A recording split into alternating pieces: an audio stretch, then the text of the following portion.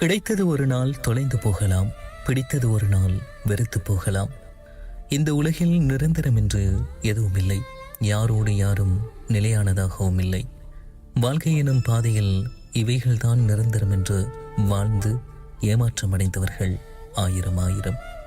ஒவ்வொருத்தருடைய வாழ்விலும் ஒவ்வொரு விதமான மாற்றங்களும் நினைவுகளும் ஒவ்வொரு மனிதனுக்கும் இருந்து கொண்டேதான் இருக்கிறது. நினைவுகள் இருப்பின் பிரிவுகள் நிரந்தரமில்லை என்றால், பிரிவுகள் என வந்த போதும் நினைவுகள் எதற்கு என்ற கேள்விகளே பல மனங்களுக்குள் விடை தெரியாமல் இருந்து கொண்டிருக்கிறது. ஆகவேதான் இந்த உலகில் நிரந்தரமானதும் நிலையானதுமாக எதுவுமே இருப்பதில்லை.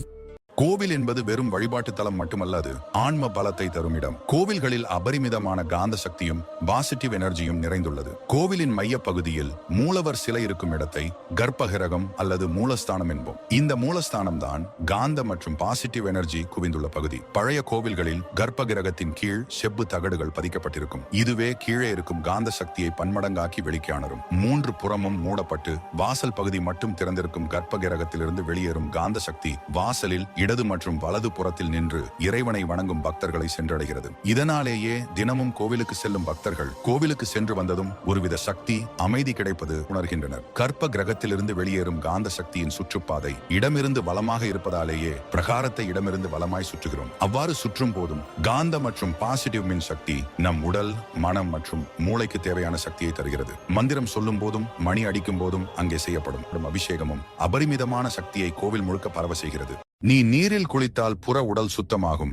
தியானம் செய்தால் மனமும் அறிவும் சுத்தமாகும். மனம், அறிவு இவை இரண்டையும் மிகவும் பரிசுத்தமாக்கும் தன்மை தியானம் ஒன்றிற்குதான் உண்டு. தொடர்ந்து தியானம் செய்து கொண்டிருப்பவன் ஒரு நாளும் நிதானத்தை இழப்பதே இல்லை. அமைதியிலும் நிதானத்திலும் பக்தியிலும் இறைவனை அடையலாம் என்று வழிகாட்டுவதுதான் தியானம். நோய் கொண்ட உடலும் குற்றமுள்ள மனமும் சஞ்சலம் மிக்க அறிவு கூட தியானத்தில் நிம்மதியும் சாந்தியும் அடையும்.